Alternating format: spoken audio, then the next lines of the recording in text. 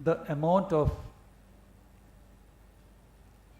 advertising, amount of publicity with which Femto has been talked about is really amazing.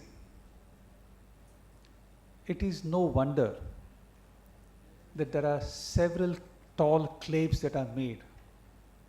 But one can understand, with so much of money being poured into R&D, it is but natural that this will be a usual business for them to really market it.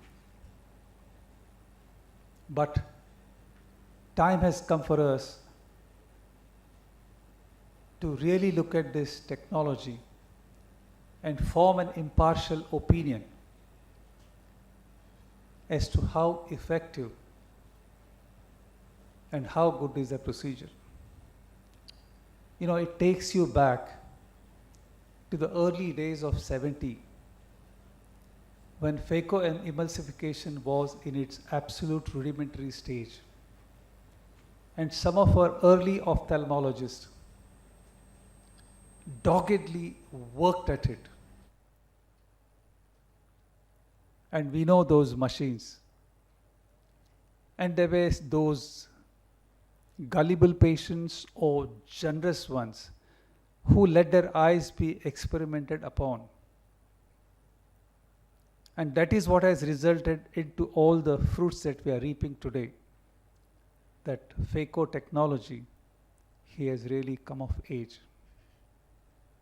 Similarly, this femtosecond, if you look at the amazing way in which this technique is being pursued, we know that there's a technology and we know that it has kind of precision which is unheard of in the manual way that we do some of the procedures. And with that in mind, we have to relook at this technology and the kind of things that we really look at and what kind of results are we getting today. There's an evolution for cataract surgery. It's one of the fastest evolving surgical technique. From ICC to modern day phacoemulsification, it took us one lifetime where we saw significant technological advances. The aim is to make cataract surgery a refractive procedure. However, even today, the tissue division is carried out manually, which is intensely variable link in the whole game based on surgeon's experience or the lens hardness. The compromised wound integrity of poorly constructed clear corneal wounds, the variable amount of surgically induced astigmatism, and obviously the increased risk of endophthalmitis. The newer IOLs demand precise sizing and concentration of the rhexis. The long duration of phacoemulsification leads to more endothelial loss, and the corneal astigmatism needs addressing during the cataract surgery. These are our concerns. And obviously, it entirely depends on surgeon skills, because the pinpoint precision is beyond the human limits. The repeatability of results cannot be ensured even in the best of the hands, and that's when the technology comes to your rescue. This near-infrared photo-disruptive laser, which is working at 1053 nanometer, its ultra-short pulse duration of 10 raised to 15 seconds, which is quadrillion of a second, and a diameter of 0.001 millimeter, and can be focused to less than 1.8 micron spot. The precise cutting of tissue, no heat development, and a small zone of collateral damage is all that Femto offers you. And this picture is very well seen and advertised where there's a progressive dissection of tissue plane.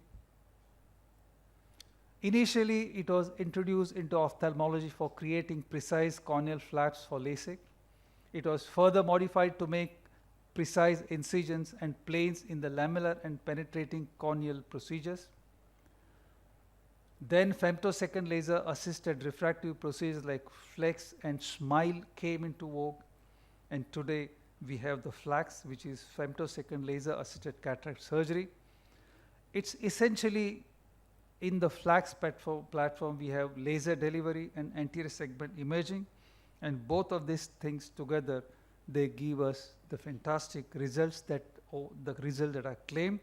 We have the 4 players today in the market, and one thing that really keeps us from making this procedure economical is this docking. There's a lot of planning that goes into laser, femto laser. It looks like you are in the theater with Star Wars or one of those high-tech things where your OCT is working and planning of every step.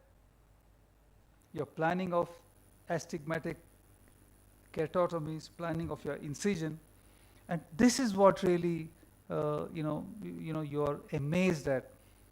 In your tunnel making, you go one step further, and that incision is humanly not possible, because you want to take a certain particular shape, a certain particular depth, which is possible. Although they have not perfected this, but that's a possibility. Obviously, the Rex is planning a central circular and with obviously unfaltering repeatability. And when I get to do a case like this, a thought comes to my mind. If only I had femto, I would make a perfect Rexis, which otherwise also I would do. But when it comes to nucleus management, I would really break it with ease and evenness if I had femto. But manually, you still have to struggle and do it. In the process, you do cause some amount of damage. Various nucleus fragmentation patterns to suit a surgeon's operating style, which is obviously not possible humanly. But the burning question remains is this technology delivering what it counts, what it claims? Is it just an expensive toy which will fail us in difficult scenarios? Will it preclude the need for years of rigorous cataract surgery training?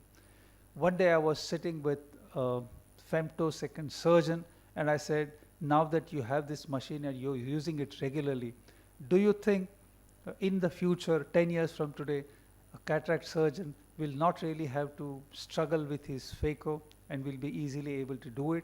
He says, no, if you have to do it, you have to be good at phaco. Masket showed that a 3.3 into 2 millimeter rectangular clear corneal incision created with femto laser did not leak at any IOP, which is a good thing. And then it was also found in vivo studies on 50 human eyes that multiplanar incision created with FSL did not leak at physiological IOP. This can translate into faster healing, lesser subclinical leaks, and lesser rates of endophthalmitis. Another evidence in favor is that LRI for management of astigmatism has the potential of perforation and extremely unpredictable results, but the precise control of depth and length of LRI using FSL will improve the reproducibility.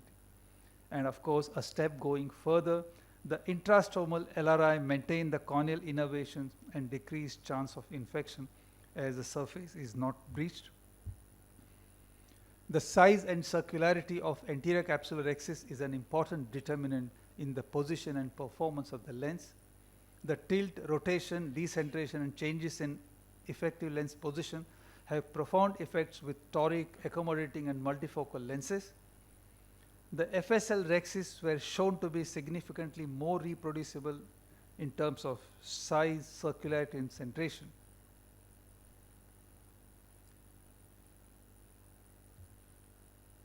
But there are some questions. But can it handle challenging scenarios?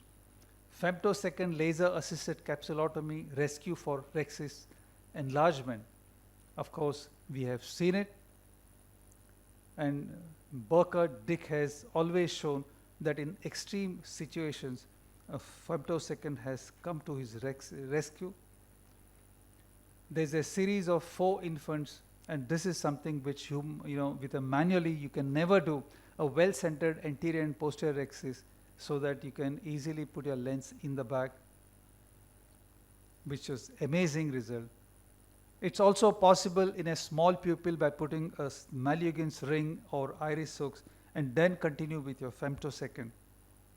And these are some of those extreme cases where you wouldn't think of anything other than trying out and sweating it out, which can be easily done with femtosecond. You can also do it for corneal opacities, but again a question comes, is it always flawless? Is femtosecond laser cataract surgery ready to replace the conventional phacoemulsification? Will it usurp an experienced surgeon's position? Will it reduce a budding surgeon's learning curve? Answer is obviously no. Femtosecond laser anterior capsulotomy, it has lower circumference stretching as compared to manual, lower average rupture force, and more capsular tears as compared to manual CCC. Need for improving capsulotomy algorithms to make it smoother. Smaller spot size and closer spacing may improve the outcome. FSL clear corneal incision is designed to prevent AC entry, but makes opening the incision with sharp instruments inevitable. There is no advantage of a manual incision vis-a-vis surgically induced astigmatism or higher order aberrations, as has been found from an initial study. There are studies yet to prove efficacy and repeatability of FSL astigmatic keratotomies, but we know we are on the right track. The nucleus management cortex aspiration is far more difficult owing to no or limited hydrodissection, and that's where your training as a good phacosurgeon comes handy. And as it was thought in the previous times that once you learn FSL, it can be installed into a mall and all the surgeons can take their patients and do it. No, you still need to be an experienced surgeon. Increased chances of capsular block syndrome leading to posterior capsular rupture is a reality and it's happening. So the surgical experience is indispensable. Handling the cataract surgery after FSL pre-treatment also requires an experienced surgeon. Cost effectiveness of femtosecond, as we all know, has been proven to be not really balanced. Operating time is also found to be more.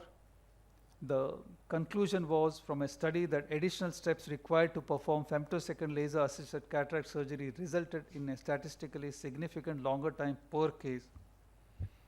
So finally, FLAX is an exciting new technology promising to make cataract surgery more predictable. The time has still not come. It is proving itself daily in handling more and more challenging cataracts and may be able to handle all cataract scenarios in future, but it cannot replace an experienced surgeon. Although fraught with few lacunae and potential pitfalls, we are indeed on a right track. Thank you so much.